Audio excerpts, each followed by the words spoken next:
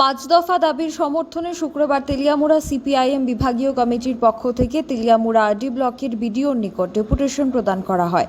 Deputation দেওয়ার পূর্বে CPIM Teliamura বিভাগীয় কমিটির অফিস প্রাঙ্গণে জমায়েত হয়। জমায়েতে বক্তব্য রাখেন প্রাক্তন বিধায়ক মনীন্দ্র দাস, হেমন্ত জমাতিয়া। জমায়েত থেকে হিমান রায়ের নেতৃত্বে 5 জনের প্রতিনিধি দল তেলিয়ামুড়ার বিডিওর নিকট তাদের দাবি সম্বলিত স্মারকপত্র তুলে দেন। দাবিগুলির মধ্যে অন্যতম রেগার শ্রম দিবস, মজুরি বৃদ্ধি, বিদ্যুতের তালবাহানা বন্ধ করা, গ্রামীণ রাস্তাঘাটের সংস্কার, পানীয় জলের সুবিধা এবং বন্য হাতির আক্রমণ থেকে কৃষি এবং জনজীবন রক্ষা করা এবং হাতির আক্রমণে ক্ষতিগ্রস্ত এবং নিহত পরিবারগুলির সরকারি সাহায্য প্রদান। Bureau report, social Bangla.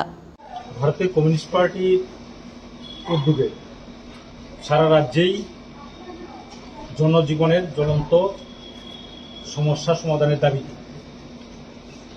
রাজ্য সরকারের সংশ্লিষ্ট দপ্তরগুলিতে আমরা গণ ডেপুটেশনে মিলিত হচ্ছি। তার অঙ্গ হিসাবে তেলিয়ামুড়া সিপিআই মহকুমা কমিটির উদ্যোগে আজকে আমরা তেলিয়ামুড়া বাজারে সভা সংগঠিত করছি এবং এখন আমরা তেলিয়ামুড়া ব্লকের আধিকারিকের নিকট 5 জনের প্রতিনিধি দল জনস্বার্থ সংশ্লিষ্ট দাবি নিয়ে ওনার কাছে ডেপুটেশনে মিলিত হয়েছে। এই দাবিগুলির মধ্যে গুরুত্বপূর্ণ হচ্ছে রেখা শ্রম দিবস বৃদ্ধি করা, মজুরি বৃদ্ধি করা এবং সময় মতো শ্রমিকদের যারা কাজ করে তাদেরকে মজুরি প্রদান করা। এটা নিয়মিত হচ্ছে না, রাজ্য সরকার নজর দিচ্ছেন না, তার জন্য আমাদের দাবি। পঞ্চায়েত এলাকার যে রাস্তাঘাটগুলি আছে, রাস্তাঘাটগুলি ভেঙে গেছে এবং খুব খারাপ অবস্থায় আছে। আগের যে রাস্তাঘাটগুলি ছিল যেগুলি দিয়ে গাড়ি ঢুকতে পারে সেখানে গাড়ি যাচ্ছে না।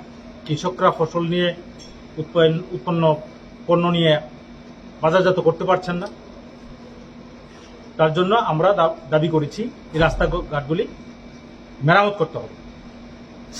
বিভিন্ন এলাকায় পানীয় জলের প্রচন্ড সংকট, প্রচন্ড খরা। এই দাহের মধ্যে মানুষ পানীয় জল পাচ্ছেন না। আমরা যেটা দেখলাম, এই যে অটল জলধারা মিশনের মাধ্যমে বাড়ি বাড়িতে পাইপের ব্যবস্থা করা হয়েছে, তাতে দেখা গেছে পাইপগুলি দিয়ে জল আসছে না এবং যে চোর্সগুলি ছিল আগে, এই চোর্সগুলিও নষ্ট হয়ে আছে। এগুলিকে অতি সত্বর সংস্কার করে পানীয় জলের ব্যবস্থা করার জন্য আমরা দাবি করেছি। একটু ব্লক হেডকোয়ার্টার থেকে একটু দূরবর্তী স্থানে গেলে যদি বিদ্যুৎ চলে যায়, এটা পরের দিন 10টা পর্যন্ত আর বিদ্যুৎ আসছে না।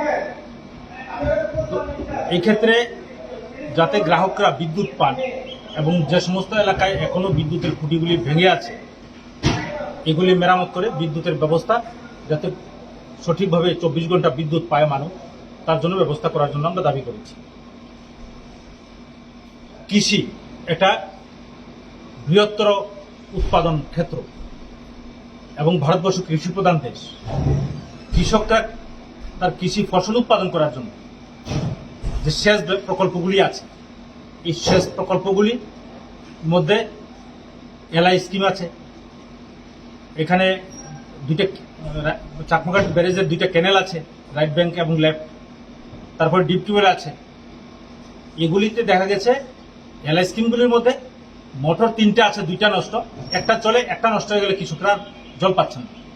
এবছর বরুতে যে ধান হওয়ার কথা ছিল, বরুতে ধান চাষ করার কথা, তার 30 থেকে 35% কৃষকরা করেছে, বাকি জায়গায় জল নেই, যার জন্য করতে পারেনি। তো স্বাভাবিক কারণে কৃষক একদিকে সবজি, অন্যদিকে ধান, বা যেখানে জলের প্রয়োজন, জল ছাড়া তো আর কৃষকরা কাজ করতে পারবে না, সেখানে জলের সোর্সগুলি নষ্ট হয়ে যাচ্ছে। এগুলিকে ঠিকঠাক করে অতি সত্বর কৃষকদের জলের ব্যবস্থা করার জন্য আমরা দাবি করেছি। এবং উৎপাদিত ফসল বাজারজাত করার পর দেখা যাচ্ছে কৃষকরা প্রকৃত মূল্য পাচ্ছে না, মাঝখানে ফরিয়াররা বেশি সুযোগ নিচ্ছে, কম দামে জিনিস কিনছে, বেশি দামে বিক্রি করছে। যারা উৎপাদিত পণ্যগুলি খান বা ব্যবহার করেন, তাদের নিত্য প্রয়োজনের জন্য নেন, তারা বেশি দাম দিয়ে নিতে হয়। এখানে কোরিয়াররা বেশি দাম, এখানে একটা মানে একদিকে কৃষকরা শোষিত হচ্ছে, অন্যদিকে ক্রেতারা শোষিত হচ্ছে। এই বিষয়টা নজর দেওয়ার জন্য আমরা বিডিও সাহেবের কাছে দাবি করেছি। সর্বশেষ যে দাবি, এটা গুরুত্বপূর্ণ দাবি, এটা হচ্ছে হাতি এই এলাকার মধ্যে, এই যে চাকমাঘাট, কৃষ্ণপুর এলাকা, উত্তর কৃষ্ণপুর ও লক্ষ্মীপুর, তারপর মুঙ্গিয়াকামির এলাকা, এই সমস্ত জায়গার মধ্যে হাতি একেবারে কৃষকদের উৎপাদিত ফসল তো নষ্ট করছে, ভারী ঘর ভাঙচুর করছে, রাত্রিবেলা মানুষ ঘুমাতে পারছে না, এলাকার মধ্যে ত্রাস তৈরি করছে। মানুষ দিনের বেলা পরিশ্রম করছে উৎপাদন করার জন্য, কৃষি সবজি ধান উৎপাদন করার জন্য পরিশ্রম করছে, রাত্রেবেলা আবার ঘুমাতে পারছে না। আবার এখানে প্রায় 15 থেকে 16 জন এই পর্যন্ত হাতির আক্রমণে মারা গেছে।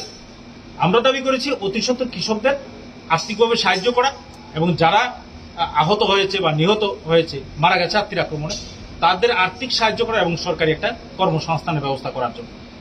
তো বিডিও সাহেব বলেছেন এগুলি ওনার নিশ্চয়ই গুরুত্ব দিয়ে দেখবেন এবং লাইন ডিপার্টমেন্টগুলি করলেও কথা বলবেন, এবং যত তাড়াতাড়ি পারা যায় এগুলি সমস্যা সমাধানে একটা সুপরিকল্পিত পদক্ষেপ গ্রহণ করবে। শোনো শোনো ভোজন রসিক, শোনো মন দিয়া, ঝাঁঝের স্বাদে রান্না করো লং তরাই দিয়া। ইলিশ সর্ষে পোস্ত বাটা যেমন ইচ্ছে নাও, মালাই চিংড়ি মাংস কষা চেটে পুটে খাও, আহা চেটে পুটে খাও, আহা চেটে পুটে খাও। লং তরাই কাচ্চি ঘানির সর্ষে তেলে টেস্ট, যে খাবে সেই বলবে লং তরাই বেশ। লং তরাই সর্ষের তেল, ঝাঁঝে স্বাদে তোমাকে চাই। আহা লং তরাই বেশ, আহা লং তরাই বেশ।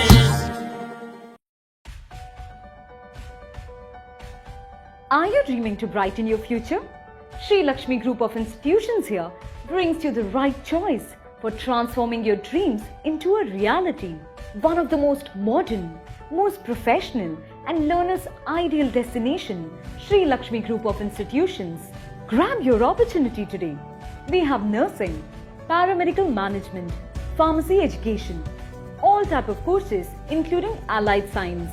Course fee? Absolutely minimal and budget friendly. Approved by Rajiv Gandhi University and recognized by the Government of Karnataka. We have advanced campus and placement facilities. What are you waiting for? Make the right choice today and begin the journey of bright path of your dreams. Contact us, Sri Lakshmi Group of Institutions, Mr. Bhaumik D. Mobile number 906 677 6746. Our website www